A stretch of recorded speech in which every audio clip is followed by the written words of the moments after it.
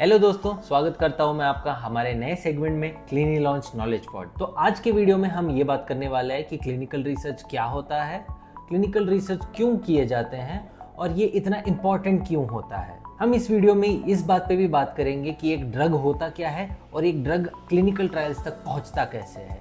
तो चलिए शुरू करते हैं। तो क्लिनिकल ट्रायल होता क्या है? क्लिनिकल ट्रायल या फिर इसको कहते हैं क्लिनिकल रिसर्च, ये एक स्टडी होती है जहाँ पे हम लोगों के ऊपर एक ट्रायल रन करते हैं, जहाँ पे उनकी सेहत के ऊपर या फिर उनके ऊपर होने वाली बीमारियों के ऊपर एक स्टडी करते हैं। ये एक तरीका है जिससे हमें ये पता लग सकता है कि सबसे सही दवाई या सबसे सही इलाज क्या हो सकता है उस रोग का। क्लिनिकल ट्रायल्स जो होते हैं वो इंसानों पे किए जाते हैं।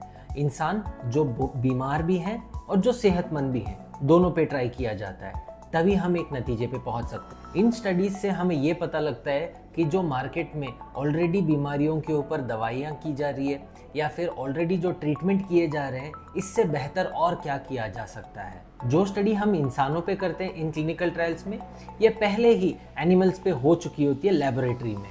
उसी को कंफर्म करने के लिए हम क्लिनिकल ट्रायल परफॉर्म करते हैं। तो अब आपको क्या लगता है कि ये क्लिनिकल ट्रायल्स या क्लिनिकल रिसर्च क्यों महत्वपूर्ण है या क्यों इम्पोर्टेंट है? क्यों एक फार्मास्यूटिकल कंपनी को इतना बड़ा प्रोसेस करना पड़ता है जबकि वो ये ड्रग पब्लिक में रिलीज भी कर सकते हैं बिना टेस्ट किए?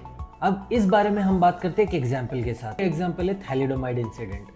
अब ये दवाई जो थी थैलिडोमाइड, ये उन प्रेग्नेंट लेडीज को दी जाती थी जिनको नौजिया होता था या उल्टियां होती थी। इसका साइड इफेक्ट क्या था कि जो बच्चे पैदा हुए थे इन प्रेग्नेंट लेडीज से, उनके हाथ या पैर नहीं थे, यानी कि वो मैलफॉर्मेशन से पैदा हुए। अब इस इंसिडेंट पे हमें समझ में आया कि ड्रग की टॉक्सिसिटी भी कितनी इंपॉर्टेंट चीज़ होती है।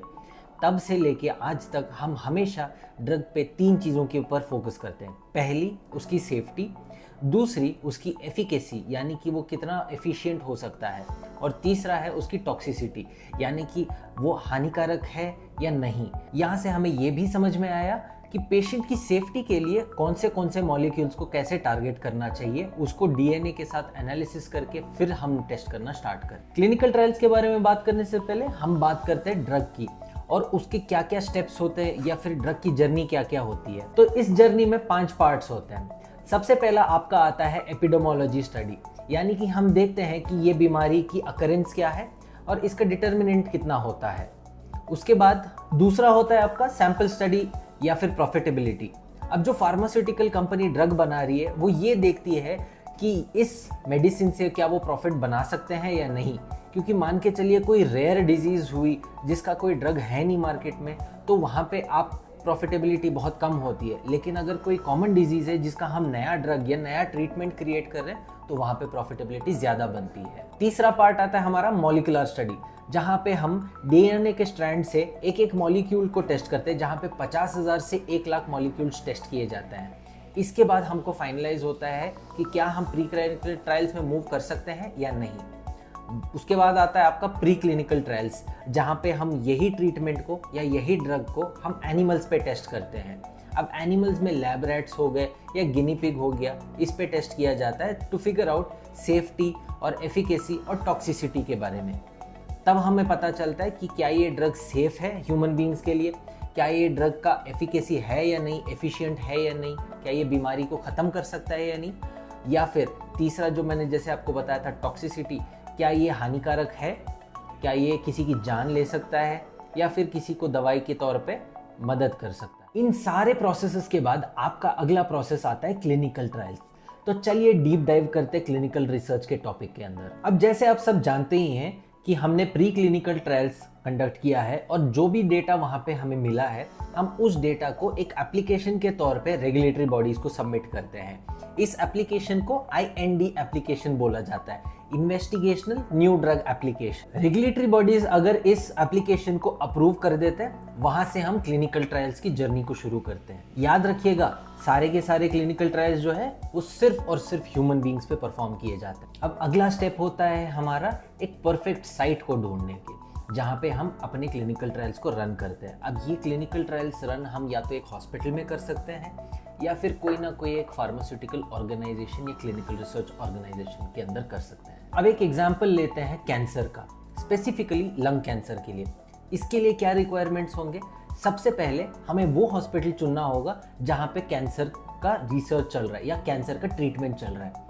और दूसरा स्टेप होगा कि हम एक डॉक्टर को हायर करें जो प्रॉपरली इस कैंसर के बैकग्राउंड को बिलोंग करता हो, यानी कि कोई ऑन्कोलॉजी डिपार्टमेंट से एक डॉक्टर को पिक करना होगा जिसका स्पेशलाइजेशन इसी डोमेन में हो। तीसरा कदम हमारा वो होता है कि हम पेशेंट के पूल को देखते हैं कि कौन से पेशेंट्स अभी अवेलेबल हैं। अगली चीज है पूल ऑफ पेशेंट्स, यानी हमें सिर्फ उन्हीं पेशेंट्स पे ट्रायल करना है जिनको कैंसर है या जिनको सिर्फ स्पेसिफिकली लंग कैंसर है। अब जो हमने साइट भी चूज कर लिया है और हमने डॉक्टर को भी सिलेक्ट कर लिया है, अगला कदम होता है कि हम IRB यानी इंस्टीट्यूशनल रिव्यू बोर्ड या एथिक्स कमेटी को कनेक्ट करें, उनसे अप्रूवल लें ताकि हम आगे के स्टेप्स फॉलो कर सकें। अगर आप IRB या इंस्टीट्यूशनल रिव्यू बोर्ड के बारे में और जानकारी चाहते हैं तो नीचे कमेंट कीजिए #क्लीनीलॉन्च। इसके लिए मैं आपके लिए एक सेपरेट सा वीडियो बनाऊंगा जहाँ पे हम इसी की टॉपिक के बारे में ज़्यादा डिस्कस करेंगे। क्लिनिकल ट्रायल्स जो है वो बेसिकली 4 फेजेस में रन होते हैं। इससे पहले मैं आपको ये चीज़ ज़रूर बताना चाहूँगा कि क्लिनिकल ट्रायल्स जो होते हैं वो एक स्पेसिफिक प्रोटोकॉल फॉलो करते हैं।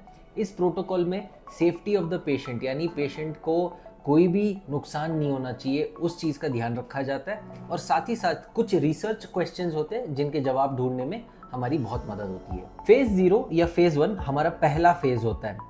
इसमें हम क्या करते हैं, एक छोटा ग्रुप ऑफ हेल्दी वॉलंटियर्स को लेते हैं और इस फेज़ का मेन मोटो ये होता है कि इस ड्रग की जो है सेफ्टी और इस ड्रग को बेस्ट डोजेज किस तरीके से यूज किया जा सकता है ये ढूंढना हो। फेज 2 या फिर एक्सप्लोरेटरी ट्रायल्स फेज थोड़े ज्यादा नंबर ऑफ पीपल पे किया जाता है, यानी कि हमने ग्रुप साइज को थोड़ा बड़ा कर दिया।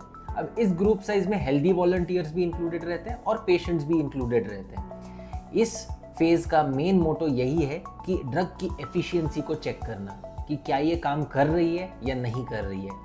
फेज 3 यानी कंफर्मेटरी ट्रायल्स फेज। अब इस फेज में भी हम इफेक्टिवनेस ही चेक करते हैं, लेकिन ग्रुप और थोड़ा बड़ा हो जाता है और साथ ही साथ हम ये भी देखते हैं कि जो बाहर मार्केट में स्टैंडर्ड ट्रीटमेंट है उससे ये बेटर है या नहीं है।